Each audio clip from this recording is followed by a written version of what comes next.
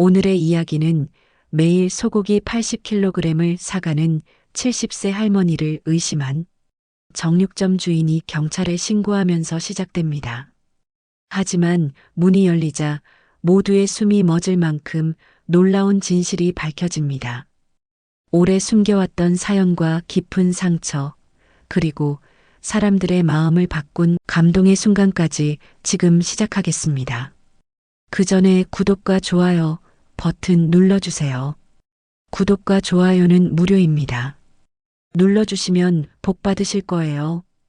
도시 변두리, 오래된 상가 건물들이 듬성듬성 서 있는 골목길 한편에 자리 잡은 작은 정육점. 세월의 때가 묻은 간판에는 철수 정육점이라는 글자가 희미하게 남아 있습니다.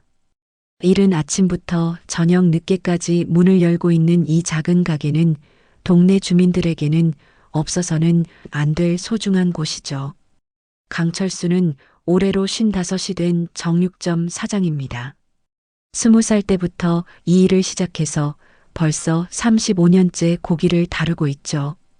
새벽 5시면 어김없이 일어나 도매시장에서 신선한 고기를 떼어오고 가게 문을 열기 전까지 정성스럽게 손질하는 것이 그의 일상입니다.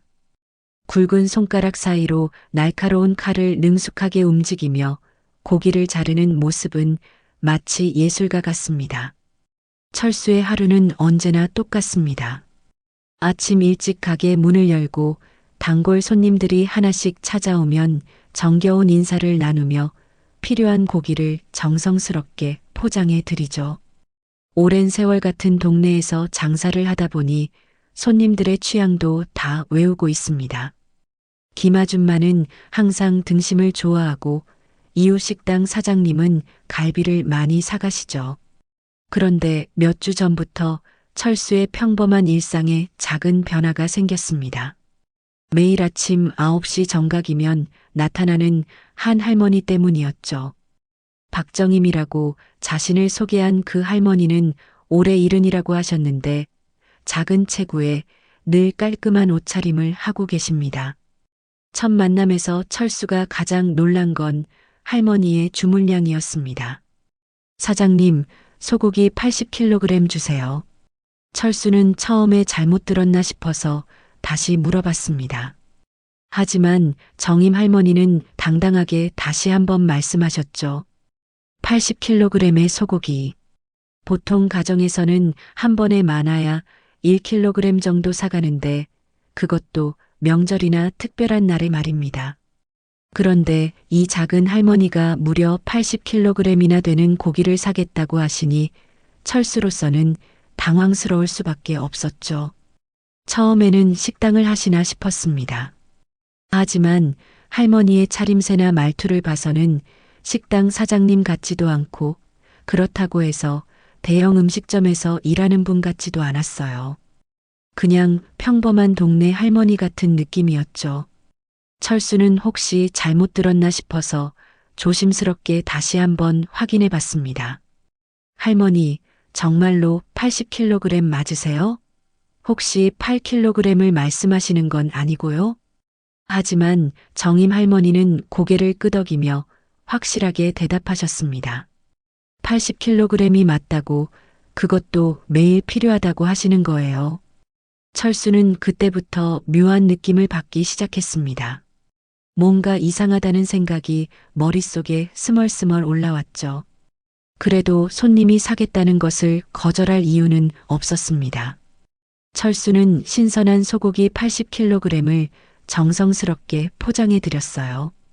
할머니는 미리 준비해온 큰 아이스박스에 고기를 넣고 작은 손수레에 실어서 끌고 가셨습니다.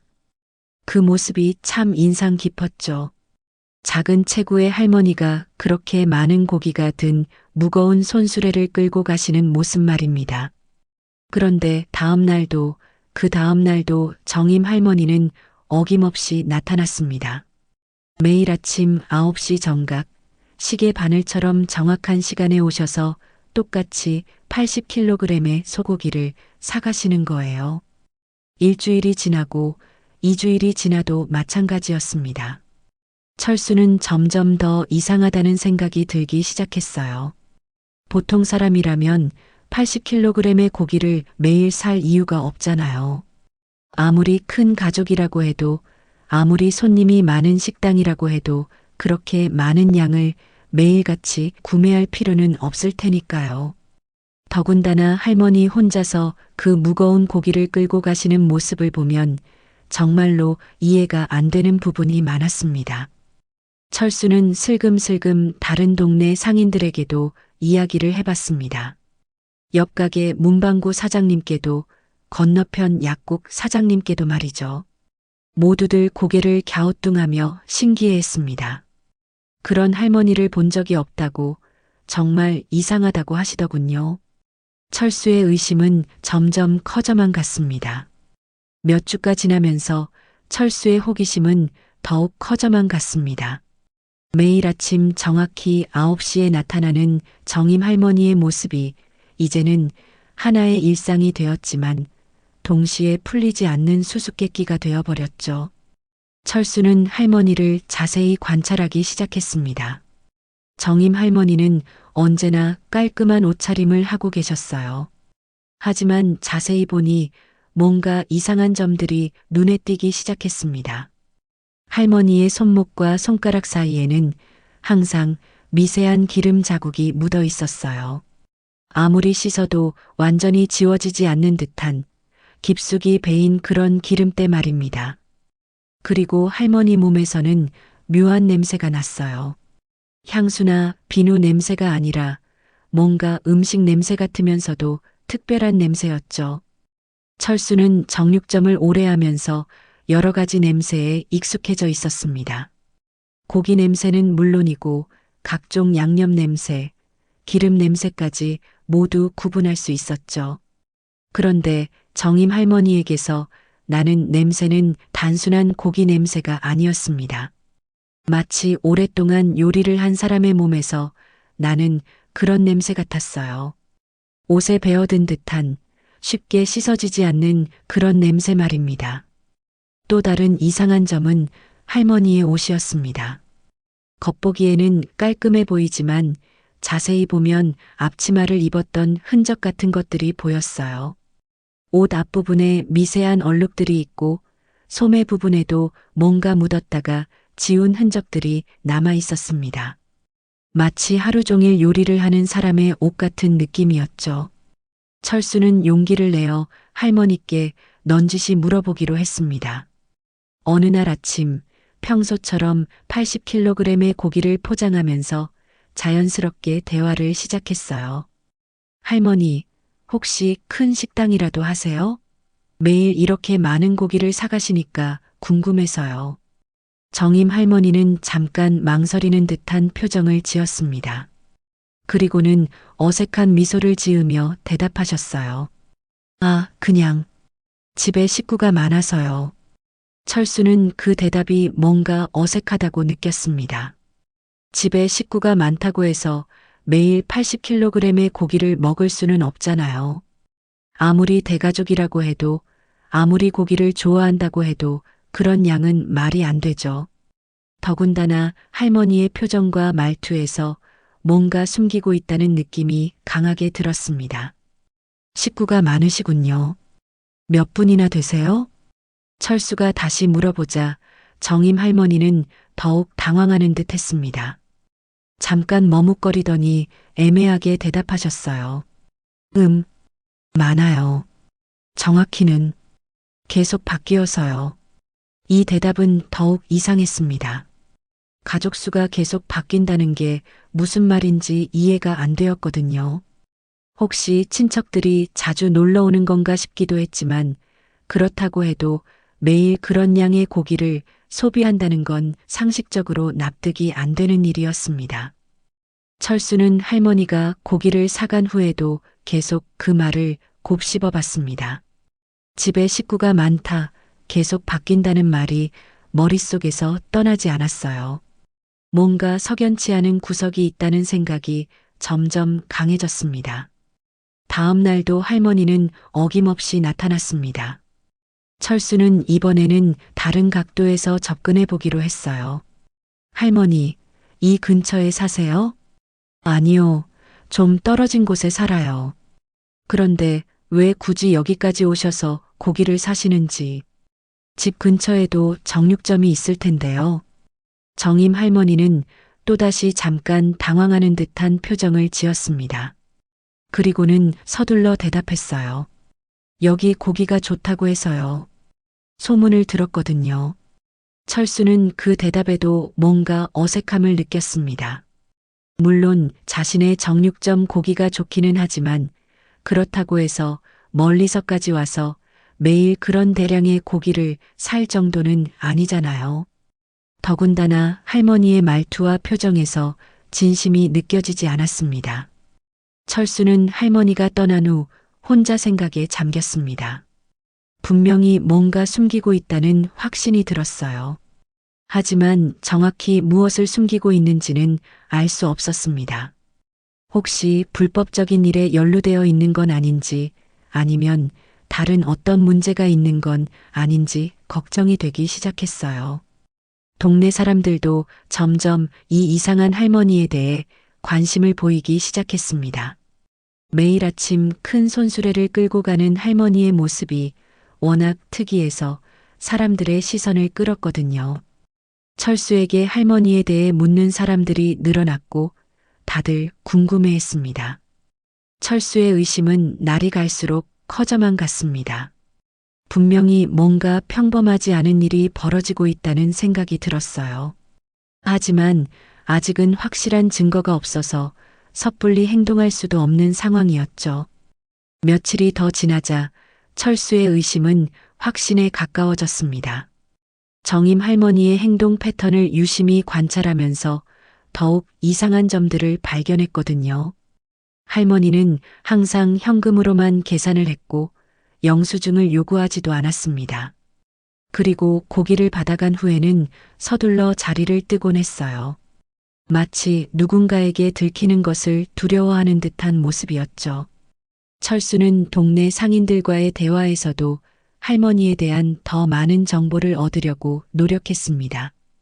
옆집 문방구 김 사장님은 할머니가 지나갈 때마다 창문으로 내다보곤 한다고 했어요. 그 무거운 손수레를 혼자서 끌고 가는 모습이 걱정되기도 하고 신기하기도 해서 말이죠. 철수야, 그 할머니 정말 이상하지 않니? 저렇게 많은 고기를 매일 사간다는 게 말이 되냐? 건너편 약국 박 사장님도 비슷한 얘기를 했습니다. 할머니가 지나가는 길목에 있는 약국에서 종종 할머니의 모습을 목격했다고 하더군요. 항상 같은 시간에 같은 경로로 지나간다는 것이었어요. 혹시 그 할머니가 무슨 장사를 하는 건 아닐까? 아니면 큰 식당에서 일하거나. 하지만 그런 추측들도 말이 안 되는 부분이 많았습니다. 만약 식당에서 일한다면 식당 차량이나 다른 운반 수단을 이용할 텐데 할머니는 항상 혼자서 손수레를 끌고 다녔거든요. 그리고 식당에서 일한다면 유니폼이나 그런 것들을 입고 있을 텐데 할머니는 늘 평범한 옷차림이었어요.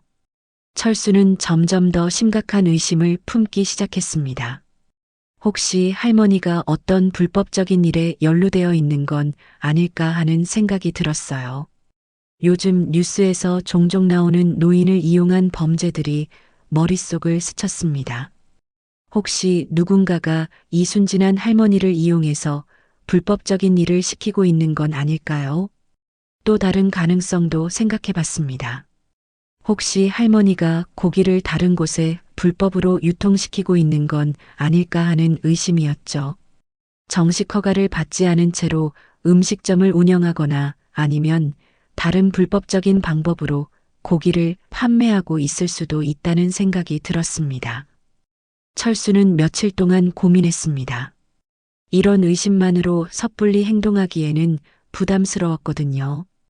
만약 할머니가 정말로 무고한 사람이라면 괜한 오해를 받게 할 수도 있고 철수 자신도 민망한 상황에 처할 수 있었어요. 하지만 반대로 정말로 불법적인 일이 벌어지고 있다면 그것을 방치하는 것도 문제였습니다. 고민 끝에 철수는 결단을 내렸습니다. 더 이상 혼자서 끙끙 앓고 있을 수는 없다고 생각했어요. 전문가의 도움을 받아야 할 때라고 판단했습니다. 철수는 관할 파출소에 전화를 걸었어요. 여보세요. 저는 철수 정육점을 운영하는 강철수라고 합니다. 혹시 상담 좀 받을 수 있을까요? 전화를 받은 경찰관은 친절하게 철수의 이야기를 들어주었습니다. 철수는 지난 몇 주 동안 관찰한 정임 할머니의 이상한 행동들을 자세히 설명했어요. 매일 80kg의 고기를 사가는 것, 애매한 대답들, 몸에서 나는 특이한 냄새, 손에 묻은 기름 자국들까지 모든 것을 빠짐없이 얘기했습니다. 경찰관은 철수의 말을 들으면서 중간중간 질문을 했어요. 그 할머니가 고기를 어디로 가져가는지 아세요? 정확히는 모르겠습니다. 다만 항상 같은 방향으로 가시더라고요. 동쪽 방향으로요. 할머니의 신분증이나 연락처는 확인해 보셨나요? 아니요. 그런 건 확인하지 못했습니다. 항상 현금으로만 계산하셔서요. 경찰관은 철수의 걱정을 이해한다며 한번 자세히 살펴보겠다고 했습니다. 요즘 노인을 이용한 범죄가 늘어나고 있는 상황에서 이런 신고는 결코 가볍게 넘길 일이 아니라고 하더군요. 내일 그 할머니가 오시는 시간에 맞춰서 저희가 확인해 보겠습니다. 혹시 정말로 불법적인 일이 벌어지고 있다면 조기에 차단해야 하니까요. 경찰관의 말을 듣고 철수는 안도의 한숨을 쉬었습니다. 혼자서 끙끙 앓고 있던 걱정을 전문가에게 털어놓으니 마음이 한결 가벼워졌어요. 그리고 만약 정말로 할머니가 무고한 사람이라면 이번 기회에 오해를 풀 수 있을 것이라는 생각도 들었습니다. 다음 날 아침 철수는 평소보다 일찍 가게를 열었습니다. 경찰관들이 언제 올지 몰라서 미리 준비를 해두고 싶었거든요. 시간이 흐르면서 철수의 마음은 점점 복잡해졌습니다. 한편으로는 진실이 밝혀질 것이라는 기대감이 있었지만 다른 한편으로는 혹시 할머니에게 상처를 입히는 것은 아닐까 하는 걱정도 있었어요. 오전 8시 30분, 평소보다 조금 일찍 경찰관 2명이 가게로 찾아왔습니다. 정복을 입지 않은 형사들이었어요. 그들은 철수에게 할머니가 고기를 가져가는 방향과 대략적인 위치를 물어봤습니다. 저희가 미행해서 할머니가 어디로 가는지 확인해 보겠습니다. 만약 정말로 수상한 곳이라면 적절한 조치를 취하겠어요. 드디어 진실을 밝힐 시간이 다가왔습니다. 철수는 가슴이 두근거리는 것을 느꼈어요. 오전 9시 정각, 평소처럼 정임 할머니가 손수레를 끌고 나타났습니다. 철수는 최대한 자연스럽게 행동하려고 노력했지만 마음은 무척 긴장되어 있었어요. 가게 주변에 숨어 있는 형사들의 존재를 의식하면서도 평소와 똑같이 할머니를 맞이했습니다. 어서 오세요, 할머니. 네, 사장님. 오늘도 평소처럼 부탁드려요. 정임 할머니는 언제나와 같은 모습이었습니다. 조금도 의심하는 기색 없이 80kg의 소고기를 주문하셨어요. 철수는 평소보다 조금 더 천천히 고기를 포장했습니다. 형사들이 미행 준비를 할 시간을 벌어주기 위해서였죠. 오늘 날씨가 참 좋네요, 할머니. 그러게요. 이런 날에는 일하는 것도 기분이 좋아져요.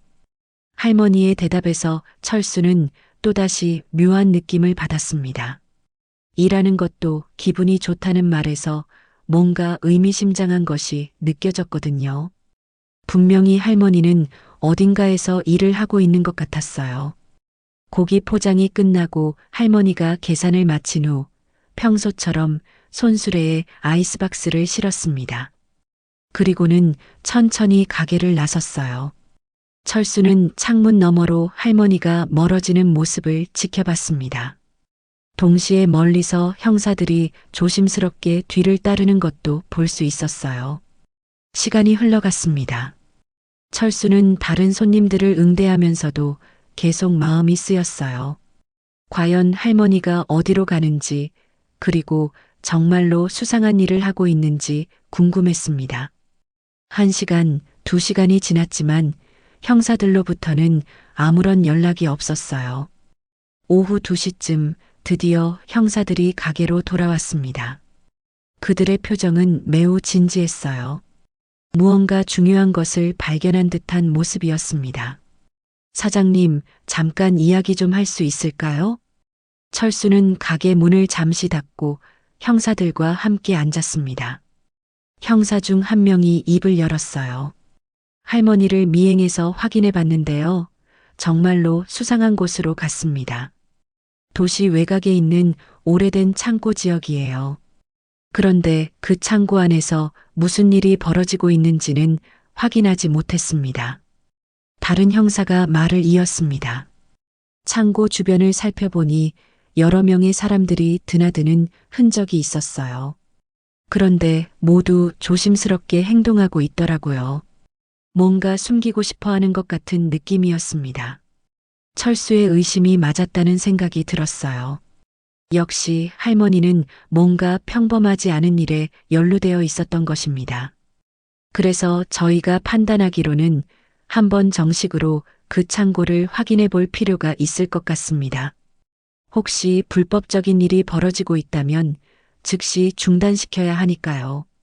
형사들은 내일 아침에 그 창고를 급습할 계획이라고 했습니다. 만약 정말로 불법적인 일이 벌어지고 있다면 현장을 확보해야 하고 관련된 사람들을 조사해야 한다고 하더군요. 사장님도 함께 가시겠어요? 할머니를 가장 잘 아는 분이니까 현장에서 확인이 필요할 수도 있어요. 철수는 잠깐 망설였습니다. 한편으로는 진실이 궁금했지만 다른 한편으로는 무서운 마음도 들었거든요. 하지만 결국 함께 가기로 했습니다. 자신이 신고한 일이니 끝까지 책임을 져야 한다는 생각이 들었어요. 다음 날 아침 7시 철수는 형사들과 함께 그 창고 지역으로 향했습니다. 도시 외곽의 오래된 공단 지역이었어요. 녹슨 철문들과 낡은 건물들이 즐비한 곳이었습니다. 그 중에서도 특히 외진 곳에 있는 한 창고 앞에서 일행은 멈춰 섰어요. 창고는 겉보기에는 아무것도 특별할 것 없는 평범한 건물이었습니다. 하지만 자세히 보니 사람들이 드나든 흔적이 곳곳에 남아 있었어요. 신발 자국들, 손수레가 지나간 바퀴 자국들이 선명하게 보였습니다. 형사들은 창고 주변을 한 바퀴 돌며 상황을 파악했습니다. 그리고는 정문 앞에서 멈춰 섰어요. 문은 굳게 잠겨 있었지만 안에서는 사람들의 웅성거리는 소리가 희미하게 들려왔습니다. 정말로 사람들이 안에 있네요. 이제 문을 열어보겠습니다. 형사 중 한 명이 창고 문을 두드렸습니다. 경찰입니다. 문 열어주세요. 하지만 안에서는 아무런 대답이 없었어요. 오히려 웅성거리던 소리가 갑자기 조용해졌습니다.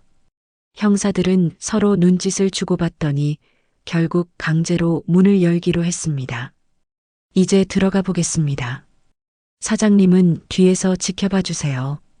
철수의 심장이 빠르게 뛰기 시작했습니다. 드디어 모든 비밀이 밝혀질 순간이 다가온 것입니다. 과연 그 창고 안에는 무엇이 있을까요? 정임 할머니는 정말로 불법적인 일에 연루되어 있는 것일까요? 문이 천천히 열리기 시작했습니다. 그리고 그 순간 철수와 형사들이 본 광경은 그들이 전혀 예상하지 못했던 것이었어요. 창고 문이 완전히 열리는 순간 철수와 형사들은 눈앞에 펼쳐진 광경에 완전히 말문이 막혔습니다. 그들이 예상했던 불법적인 현장과는 전혀 다른 모습이었거든요. 창고 안에는 20여 명의 사람들이 옹기종기 모여 앉아 있었는데 모두가 따뜻한 갈비탕을 먹고 있었어요. 그 사람들은 대부분 젊은 남성들이었지만 중년의 아저씨들과 할머니, 할아버지들도 몇 분 계셨습니다. 공통점이 있다면 모두 낡은 옷을 입고 있었고 얼굴에는 피로가 깊이 밴 표정들이었어요. 하지만 그들의 얼굴에는 따뜻한 음식을 먹는 기쁨과 안도감이 스며 있었습니다. 어떤 이는 오랜만에 따뜻한 밥을 먹는다는 듯이 조심스럽게 숟가락을 떠서 입에 넣고 있었고 어떤 이는 동료에게 반찬을 나누어 주며 작은 미소를 짓고 있었어요. 창고 한가운데에는 대형 가스버너 여러 개가 설치되어 있었고 그 위에는 커다란 솥들이 올려져 있었어요. 솥 안에서는 김이 모락모락 피어오르고 있었습니다. 그리고 그 솥들 앞에 서서 국자로 음식을 퍼주고 있는 사람이 바로 정임 할머니였습니다. 할머니는 마치 자신의 자식들에게 밥을 차려주는 어머니처럼 정성스럽게 한 그릇 음식을 담아주고 계셨어요. 창고 한쪽에는 여러 개의 매트리스와 이불들이 깔려 있었습니다. 간이 침대처럼 만들어진 공간들이었어요. 그리고 다른 한쪽에는 세면대와 간단한 생활용품들이 정리되어 있었습니다. 이곳이 단순히 밥을 먹는 곳이 아니라 사람들이 실제로 생활하는 공간이라는 것을 알 수 있었죠. 어머, 이게 무슨 일이에요? 정임 할머니는 갑작스럽게 나타난 경찰과 철수를 보고 당황스러워했습니다. 창고 안의 다른 사람들도 모두 놀란 표정으로 일어섰어요. 순간 창고 안은 긴장된 분위기에 휩싸였습니다. 몇몇 사람들은 무서워하는 듯 뒤로 물러서기도 했고 어떤 이는 급하게 자신의 짐을 챙기려고 하기도 했어요. 형사들도 예상과 완전히 다른 상황에 당황했습니다. 불법적인 일이 벌어지고 있을 것이라고 생각했는데 그 앞에 펼쳐진 것은 그냥 사람들이 함께 밥을 먹는 모습이었거든요. 하지만 여전히 의문은 남아 있었어요. 왜 이런 곳에서, 왜 이렇게 많은 사람들이 모여서 밥을 먹고 있는 것인지 말입니다. 형사 중 한 명이 조심스럽게 입을 열었습니다. 실례합니다. 저희는 경찰인데요. 여기서 무슨 일이 벌어지고 있는지 확인하러 왔습니다. 정임 할머니는 잠깐 고개를 숙이고 있다가 천천히 고개를 들었어요. 그리고는 조용한 목소리로 대답했습니다. 특별한 일은 없어요. 그냥 배고픈 사람들과 함께 밥을 먹고 있을 뿐입니다. 철수는 할머니의 말을 듣고 더욱 혼란스러웠어요. 매일 80kg의 고기를 사가던 이유가 이것 때문이었다는 말인가요? 하지만 여전히 이해되지 않는 부분이 많았습니다. 이 모든 일을 혼자서 하고 있다는 것도 믿기 어려웠고 그 많은 비용을 어떻게 감당하고 있는지도 궁금했어요. 형사가 다시 물었습니다. 이분들은 모두 누구시고 왜 여기에 모여 계시는 건가요? 정임 할머니는 잠깐 창고 안의 사람들을 둘러봤습니다. 그들 중 몇몇은 고개를 숙이고 있었고 몇몇은 불안한 표정으로 할머니를 바라보고 있었어요. 할머니는 깊은 한숨을 쉬고는 입을 열었습니다. 이 사람들은 갈 곳이 없는 사람들이에요. 노숙을 하고 있거나 병원에서 퇴원했지만 집이 없거나 일자리를 잃어서 어려움에 처한 사람들이죠. 할머니의 말을 듣고 철수와 형사들은 조금씩 상황을 이해하기 시작했습니다. 하지만 여전히 의문이 남아 있었어요. 왜 할머니가 이런 일을 하고 있는 것인지, 그리고 이 모든 비용은 어떻게 감당하고 있는 것인지 말입니다. 할머니, 이 모든 일을 혼자서 하고 계신 건가요? 이런 비용을 어떻게... 철수의 질문에 정임 할머니는 잠깐 눈물이 글썽이는 듯한 표정을 지었습니다. 그리고는 천천히 자신의 이야기를 시작했어요. 제 아들 이야기부터 해야 할 것 같네요. 할머니는 조용한 목소리로 말을 이어갔습니다. 제 아들은 해양구조대원이었어요. 정말 착하고 용감한 아이였죠. 바다에서 위험에 처한 사람들을 구하는 것이 천직이라고 생각하는 그런 아이였습니다. 할머니의 목소리에는 아들에 대한 그리움과 자랑스러움이 묻어 있었어요. 창고 안의 사람들도 모두 조용히 할머니의 이야기에 귀를 기울이고 있었습니다. 8년 전 가을이었어요. 큰 태풍이 와서 바다가 엄청나게 거칠어졌는데 그 와중에 조난 신호가 들어왔대요. 낚시를 나간 배가 표류하고 있다는 신호였죠. 할머니는 잠깐 말을 멈추고 깊은 숨을 들이마셨습니다. 다른 구조대원들은 너무 위험하다고 말렸지만 아들은 그 배에 사람들이 타고 있다는 얘기를 듣고는 무작정 바다로 나갔어요. 그리고 그날 구조 작업 중에 큰 파도에 휩쓸려서 할머니의 말이 끊어졌습니다. 모든 사람들이 조용히 할머니의 이야기를 듣고 있었어요. 아들은 그 배에 타고 있던 3명을 모두 구해냈어요. 하지만 자신은 돌아오지 못했습니다. 창고 안은 완전히 조용해졌습니다. 할머니의 목소리만이 울려 퍼지고 있었어요. 그 중에 한 사람이 바로 저기 앉아 있는 민수예요. 할머니가 가리킨 곳에는 30대 초반으로 보이는 젊은 남자가 앉아 있었습니다. 그는 할머니의 말을 듣고 고개를 푹 숙이고 있었어요. 민수라고 불린 그 남자의 어깨가 작게 떨리고 있는 것을 철수는 볼 수 있었습니다. 민수라고 불린 젊은 남자가 천천히 고개를 들었습니다. 그의 눈에는 눈물이 가득했어요. 오랫동안 마음속에 묻어두었던 죄책감과 고마움이 한꺼번에 터져 나오는 듯 했습니다. 그는 떨리는 목소리로 입을 열었어요. 저는 그때 그 배에 타고 있던 사람 중 한 명입니다. 할머니 아드님이 목숨을 걸고 저희를 구해주셨어요. 민수의 고백을 듣고 창고 안의 분위기는 더욱 숙연해졌습니다. 철수와 형사들도 이제야 상황의 전모를 이해하기 시작했어요. 정임 할머니가 왜 이런 일을 하고 있는지 그 이유가 점점 명확해지고 있었습니다. 정임 할머니는 민수를 바라보며 부드러운 미소를 지었어요. 그리고는 다시 자신의 이야기를 계속했습니다.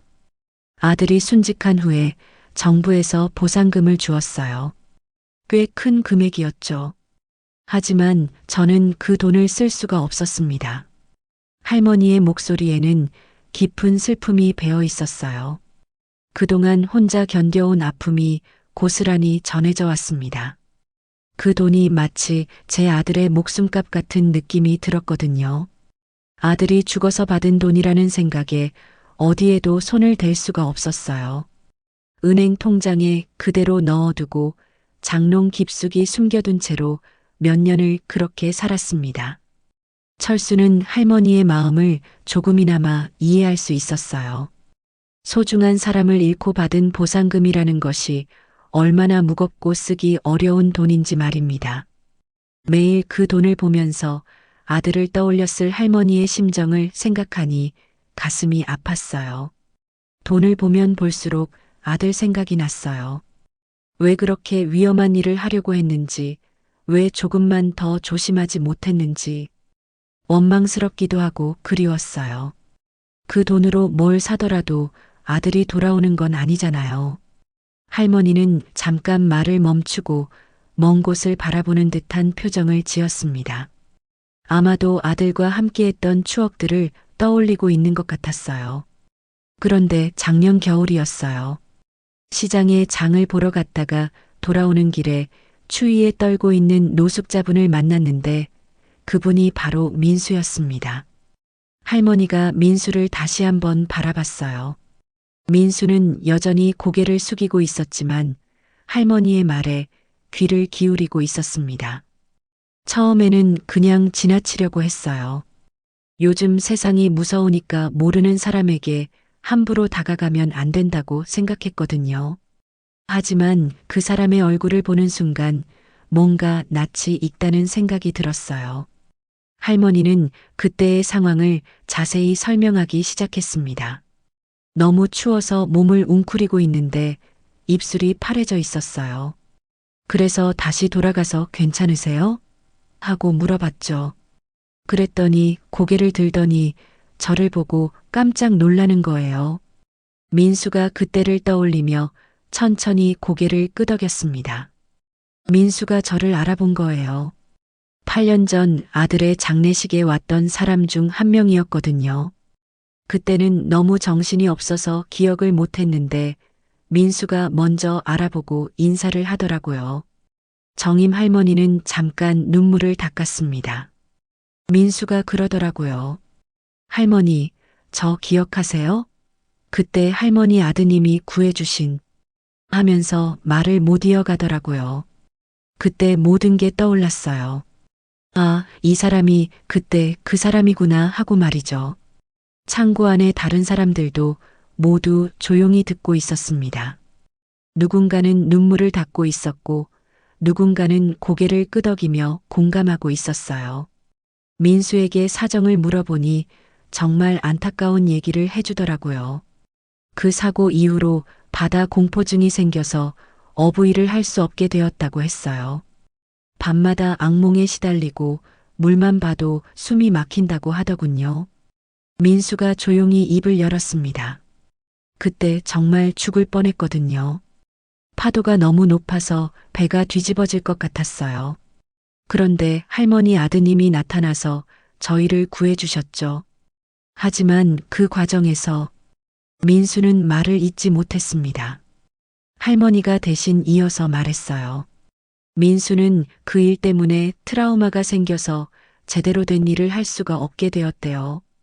병원 치료도 받아봤지만 쉽게 나아지지 않았고 결국 모든 것을 잃고 거리로 나앉게 되었다고 하더군요. 철수는 이야기를 들으면서 마음이 복잡해졌어요. 정임 할머니의 아들이 목숨을 걸고 구한 사람이 이렇게 어려운 상황에 처해 있다는 것이 안타까웠습니다. 그때 깨달았어요. 제 아들이 목숨을 걸고 구한 생명이 이렇게 고통받고 있구나 하고 말이죠. 그리고 생각했습니다. 아들이 지켜낸 생명을 제가 이어서 지켜야겠다고요.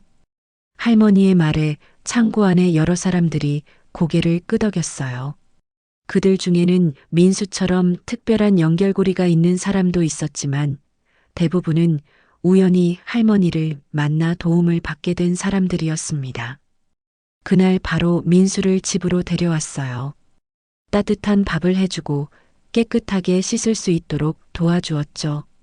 그런데 며칠 후에 민수가 저에게 부탁을 하더라고요. 할머니는 민수를 바라보며 미소를 지었어요. 자기처럼 어려운 처지에 있는 사람들이 많다고 그 사람들도 도와줄 수 있냐고 물어보더라고요. 처음에는 망설였어요. 한두 명도 아니고 여러 명을 도와준다는 게 쉬운 일이 아니잖아요. 정임 할머니는 창고 안을 둘러보며 말을 계속했습니다. 하지만 민수를 통해서 다른 분들을 만나보니 정말 도움이 절실한 분들이더라고요. 저기 계신 박할아버지는 병원에서 심장 수술을 받고 퇴원했는데 갈 곳이 없으셨어요. 자식들은 모두 외국에 살고 있고 혼자서는 생활하기 어려운 상태였거든요. 박할아버지가 할머니를 보며 감사한 듯 고개를 숙였어요. 그의 눈에도 눈물이 글썽이고 있었습니다. 그리고 저기 앉아 있는 영희 씨는 공장에서 일하다가 기계에 손가락을 다쳐서 일자리를 잃었어요. 치료비 때문에 빚이 늘어나고 결국 집까지 잃게 되었죠. 할머니가 가리킨 중년 여성이 부끄러운 듯 고개를 돌렸습니다. 하지만 할머니를 바라보는 그녀의 눈빛에는 깊은 감사함이 담겨 있었어요. 이런 분들을 하나둘씩 만나면서 깨달았어요. 세상에는 정말 도움이 필요한 사람들이 많다는 것을 말이죠. 그리고 제가 가지고 있는 그 보상금이 바로 이런 분들을 위해 쓰여야 한다는 생각이 들었습니다. 철수는 할머니의 말을 들으면서 가슴이 뭉클해졌어요. 자신이 그동안 의심의 눈초리로 바라봤던 할머니가 사실은 이런 숭고한 일을 하고 계셨다는 것을 알게 되니 부끄러운 마음이 들었습니다. 그래서 아들의 보상금으로 이 창고를 얻었어요. 그리고 매일 아침 시장에서 신선한 재료들을 사서 직접 요리해서 드리고 잠잘 곳도 마련해 드리고 있어요. 이제야 그 돈을 제대로 쓰고 있다는 생각이 들어요. 할머니의 목소리에는 이제 슬픔보다는 보람과 만족감이 더 많이 느껴졌습니다. 형사들은 정임 할머니의 이야기를 듣고 나서 서로 눈빛을 주고받았습니다. 이런 상황을 어떻게 처리해야 할지 고민이 되는 것 같았어요. 한편으로는 할머니의 숭고한 마음을 이해하면서도 다른 한편으로는 법적인 문제들을 무시할 수 없는 입장이었거든요. 형사 중 한 명이 조심스럽게 입을 열었습니다. 할머니, 마음은 정말 이해합니다. 하지만 이런 식으로 운영하시면 여러 가지 문제가 생길 수 있어요. 우선 이 창고가 주거용으로 허가를 받은 곳인지, 그리고 이렇게 많은 분들이 함께 생활하는 것에 대한 안전 문제도 있고요. 정임 할머니는 걱정스러운 표정을 지었어요. 사실 그런 부분들까지는 생각해 보지 못했던 것 같았습니다. 저는 그냥 도움이 필요한 분들을 그냥 지나칠 수가 없어서 이렇게 하고 있는 건데 혹시 법에 어긋나는 일인가요? 다른 형사가 부드럽게 대답했습니다. 불법이라고 할 수는 없어요. 하지만 정식 절차를 거쳐서 하시는 것이 모든 분들에게 더 안전하고 좋을 것 같습니다. 관련 기관에 신고도 해야 하고 안전 점검도 받아야 하고요. 창고 안의 사람들이 불안한 표정을 지었어요. 혹시 이제 이곳에서 나가야 하는 것은 아닌지, 할머니에게 문제가 생기는 것은 아닌지 걱정하는 듯 했습니다. 철수가 조심스럽게 말했습니다. 할머니, 저는 정말 죄송합니다. 제가 오해를 해서 신고를 했는데 할머니가 이런 좋은 일을 하고 계신 줄 몰랐어요.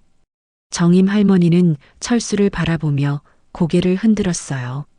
아니에요, 사장님. 사장님이 잘못한 게 아니에요. 제가 제대로 설명을 안 드렸으니까 의심하실 만했죠. 오히려 신경 써주셔서 고마워요. 할머니의 너그러운 마음에 철수는 더욱 미안한 기분이 들었습니다. 그리고 동시에 이 훌륭한 할머니를 도와드리고 싶다는 생각이 들기 시작했어요. 하지만 문제는 동네 사람들의 반응이었습니다. 경찰이 출동했다는 소문이 이미 퍼져나가고 있었거든요. 철수가 가게로 돌아온 후 하루 종일 이웃들이 찾아와서 무슨 일이 있었는지 물어봤어요. 철수야, 아침에 경찰차가 왔다면서? 그 이상한 할머니 때문이지? 옆집 문방구 김 사장님이 첫 번째로 찾아왔습니다. 역시 뭔가 수상한 일이 있었구나. 내가 그럴 줄 알았어. 건너편 약국 박 사장님도 비슷한 반응을 보였어요. 철수는 사실을 설명하려고 했지만 사람들은 쉽게 믿지 않았습니다. 에이, 철수야. 그런 좋은 일이라면 왜 숨기고 했겠어? 분명히 뭔가 문제가 있을 거야. 요즘 세상에 그런 순수한 사람이 어디 있어? 분명히 다른 목적이 있을 거라고. 동네 사람들의 선입견과 의심은 생각보다 컸습니다. 며칠 동안 정임 할머니에 대한 좋지 않은 소문들이 돌기 시작했어요. 그 할머니가 수상한 일을 한다면서 경찰까지 출동했다는데 뭔가 큰 문제가 있는 모양이야. 우리 동네에 그런 사람이 다니면 안전하지 않을 것 같은데. 철수는 이런 상황이 너무 안타까웠어요. 정임 할머니가 얼마나 좋은 일을 하고 있는지 사람들이 알아주었으면 했는데 오히려 오해와 편견만 더 커지고 있었습니다. 며칠 후 정임 할머니는 평소처럼 정육점을 찾아왔습니다. 하지만 예전과는 다른 점이 있었어요. 동네 사람들의 시선이 더욱 차가워진 것을 할머니도 느끼고 있는 것 같았거든요. 사장님, 제가 사장님께 피해를 끼친 것 같아 죄송해요. 할머니의 말에 철수는 고개를 저었습니다. 아니에요, 할머니. 오히려 제가 죄송하죠. 사람들이 할머니를 오해하고 있는 것 같아서 마음이 아파요.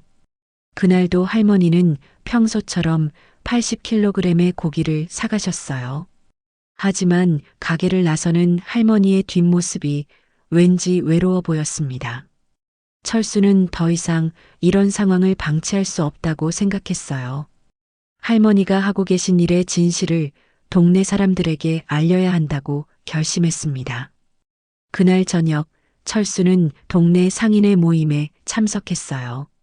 매월 한 번씩 열리는 모임인데 이번에는 특별히 정임 할머니에 대한 이야기를 하고 싶었습니다.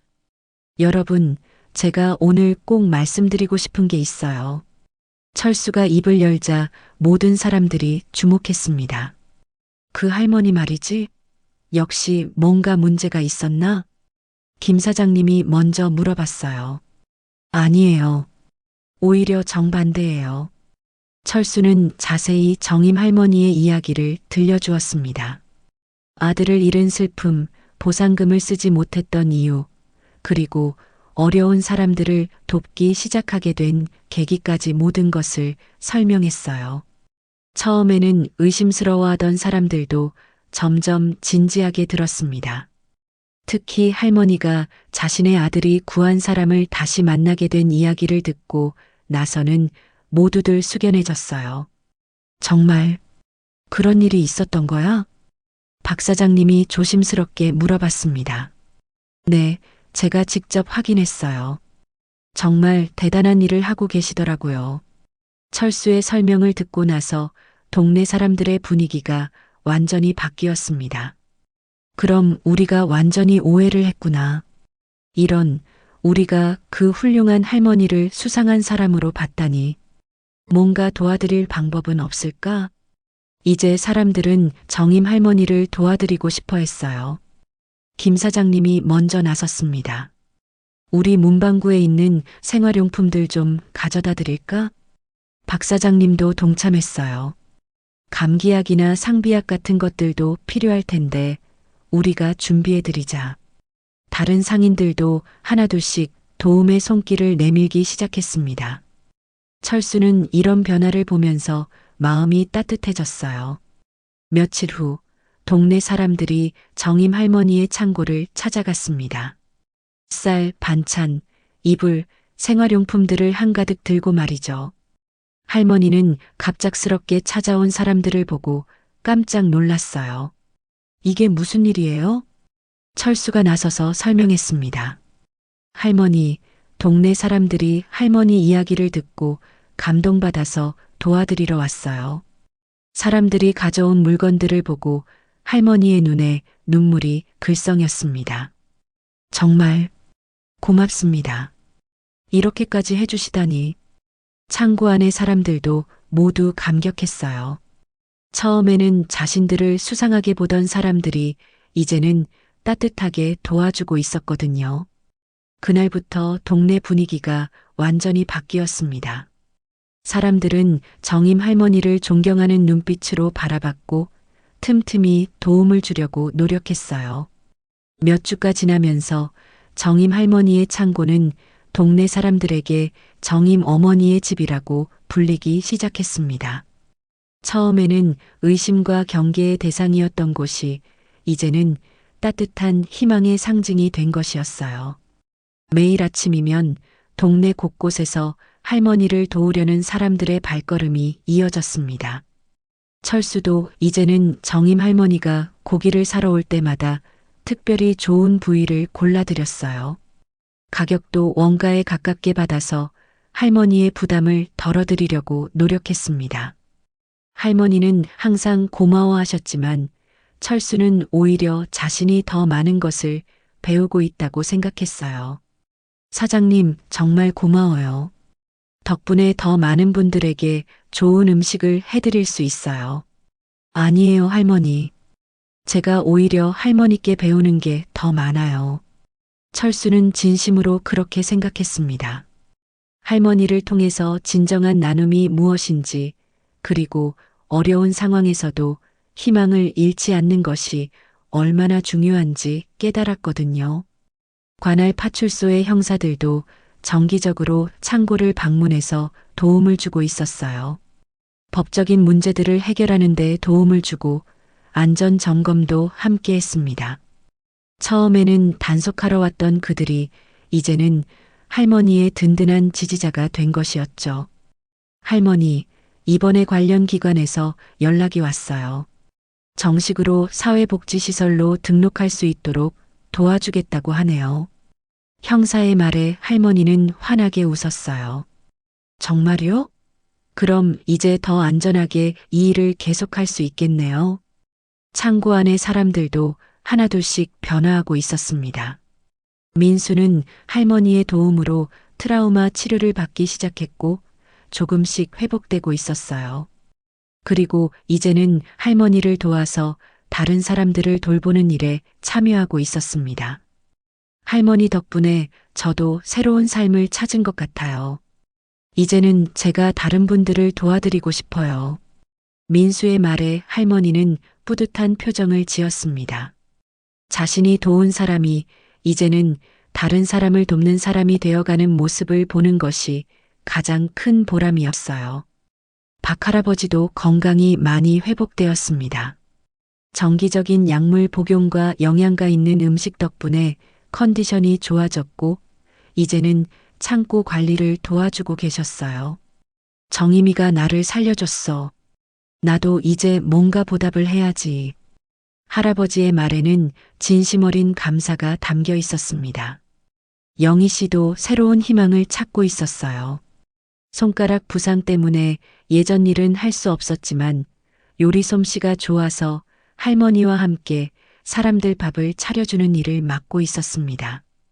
할머니, 제가 할 수 있는 일이 있어서 정말 기뻐요.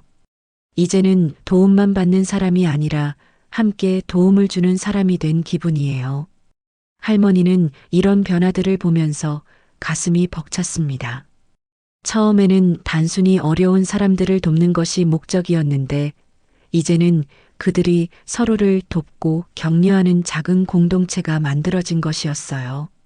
어느 날 저녁 할머니는 혼자서 창고 한편에 앉아 있었습니다. 사람들이 모두 잠든 후에 조용한 시간이었어요. 할머니는 지갑에서 아들의 사진을 꺼내 들여다봤습니다. 아들아, 내가 구한 생명들이 이제 또 다른 생명들을 구하고 있단다. 할머니는 조용히 중얼거렸습니다. 처음에는 내 돈을 어떻게 써야 할지 몰라서 정말 힘들었어.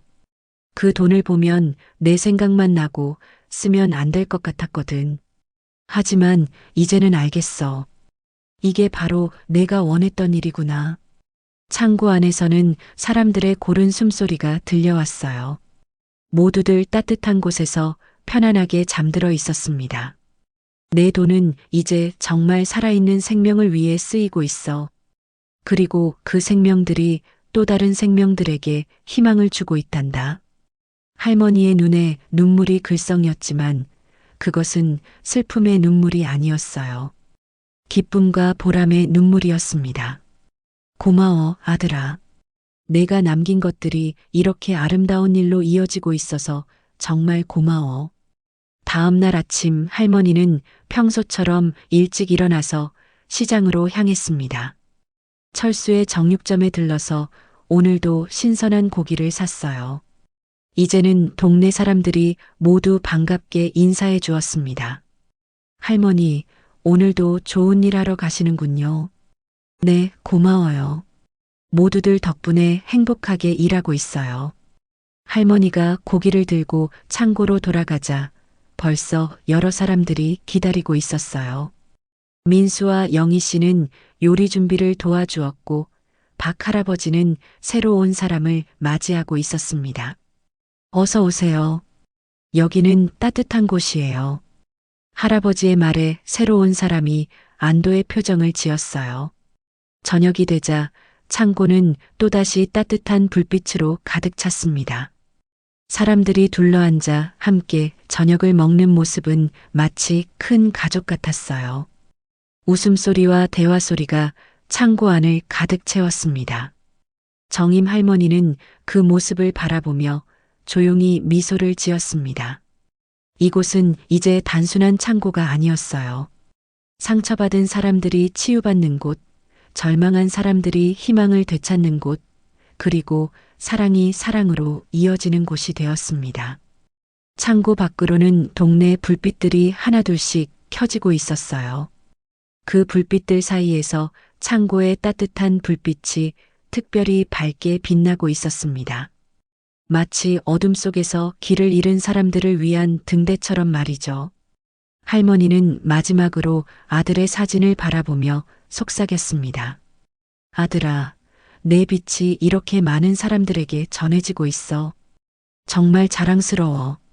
화면에는 따뜻한 불빛 속에서 행복하게 웃고 있는 사람들의 모습이 천천히 사라져갔습니다. 그리고 그 웃음은 보는 이들의 가슴에 오래도록 따뜻함으로 남았습니다. 구독과 좋아요로 정임할머니와 상처받은 사람들의 행복을 응원해 주세요. 구독과 좋아요는 무료입니다.